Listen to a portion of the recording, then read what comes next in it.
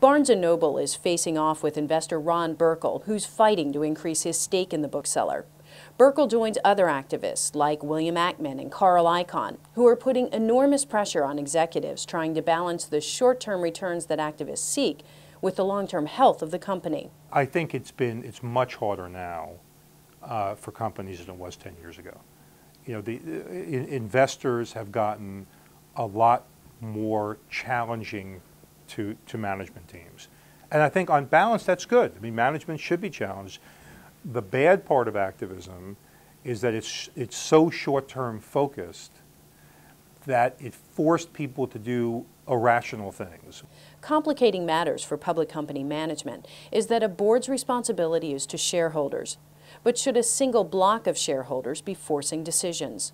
I mean, obviously shareholders these days, of course, think very independently, and there are many voices, there are many different analysts, et cetera, and some shareholders are certainly apt to disagree with any major management move or any allocation of capital, and those shareholders are, of course, free to sell. Or they can stay and fight.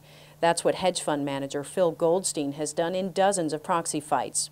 He speculates on Ron Burkle's strategy. I assume he, like most savvy investors, tries to communicate with management outside of the spotlight. But when that fails, what he's supposed to do, you know? So I guess he's trying to go take a graduated approach, make it known publicly, and, you know, put some more pressure on them.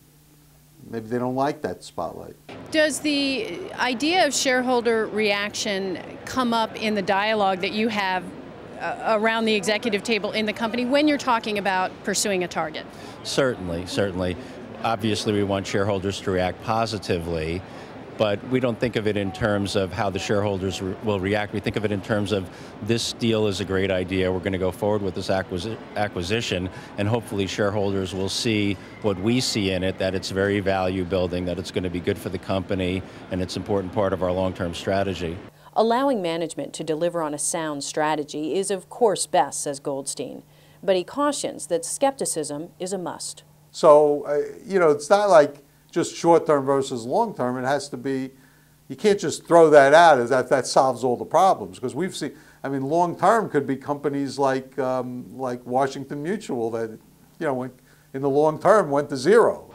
In the push and pull of short-term versus long-term interests, there are no easy answers. What's certain is that activist investors like Ron Burkle will continue to challenge public company management. Suzanne Stevens, The Deal.